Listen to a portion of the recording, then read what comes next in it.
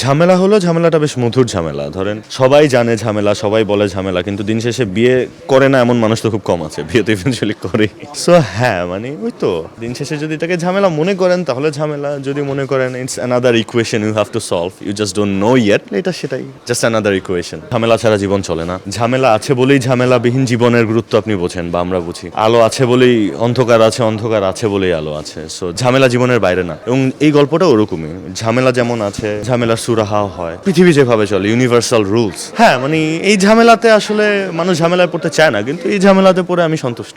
Alright, I am happy with it. এক এক ঝামেলা তো এক এক রকম, যে ঝামেলার জন্য যে সলিউশন খুঁজে বের করতে হয় ওটা চেষ্টা করি, বাট ইভেনচুয়ালি বের হই। এমন কোনো ঝামেলা আজ পর্যন্ত পড়িনি যেটা থেকে নিজেকে উদ্ধার করতে পারিনি। সো হ্যাঁ, বাস্তব ধর্মের চিন্তা হচ্ছে আপনি ঝামেলা চাইলেও এড়াতে পারবেন না। আপনি যতই ঝামেলা এড়াতে চান, ঝামেলা আপনার কাঁধে এসে পড়বেই সামহাউ, কোনো না কোনো ভাবে। ওই যে বললাম, it's part of life. So হ্যাঁ, আমি এখন এটা মেনে নিয়েছি। আমি অনেকটা ঝামেলাকে মনে করি ইকুয়েশন, কোনো একটা অঙ্কের সমীকরণের মতো। যত জটিলই হোক এর একটা সমাধান আছে।